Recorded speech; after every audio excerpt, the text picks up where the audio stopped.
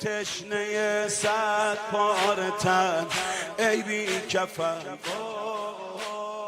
عجیب ہے، کربلا کی خاک آسمانی بناتی ہے. یہ تربت جو شفا ہے، کیا کیمیا ہے اس کے اندر. بیت المعمور اس کو کہتے ہیں. بیت المعمور یعنی کہ وہ گھر جو بسا ہوا ہو. اور یہ بیت المعمور میں نے نام نہیں دیا ہے، صاحب شریعت نے دیا، خالق نے دیا ہے. یعنی کیا بساؤ جہاں جھوٹ نہیں، فریب نہیں، دھوکہ نہیں، فراڈ نہیں، ستانا نہیں، غیبت نہیں، حسد نہیں، بغض نہیں، کچھ نہیں. اس کو کہتے ہیں بیت المعمور. یہ بیت المعمور کہاں ہے صاحب؟ یہ تو وہاں ہے جہاں ملائکہ کے یہاں ساری خوبیاں خوبیاں ہیں. لیکن دنیا میں بھی کوئی بیت المعمور بنایا گیا؟ بیت المعمور کی تطبیق بھی زمین پر خاک کربلا پہ ہوئی ہے. اور یہ جو روایات ہیں، روایات ہماری جھوٹی نہیں ہیں، نہ جذباتی ہیں نہ احساساتی ہیں. روایت عین واقعیت کو بیان کرتی ہے. اگر اس خاک میں یہ تاثیرات بیان کی گئی ہے تو سمجھیے یہ خاک آسمانی بناتی ہے.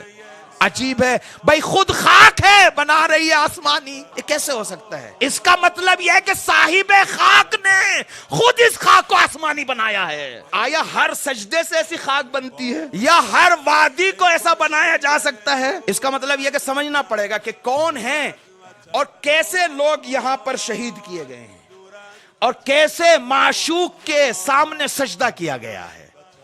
اس کو سمجھنے کے لیے ضروری ہے تاکہ شان کربلا سمجھ میں آ جائے. کربلا نہ زمانے میں محدود ہے نہ مکان میں محدود ہے. کل عرض کربلا کل یوم عاشورہ، ہر دن عاشورہ ہے. ہر آدمی نے اس کو، میں نہیں کہتا ہوں حدیث ہے، لیکن ہے خوبصورت مقولہ. توجہ چاہوں گا، یعنی پورے دین کا نچوڑ ہے. عجیب ہے جو صاحب کربلا ہے، قیامت تک کے لیے ضمانت لے رہا ہے.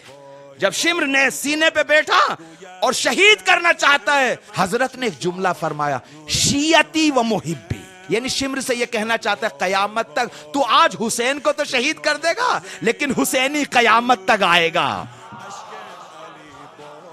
ای کشته دور از وطن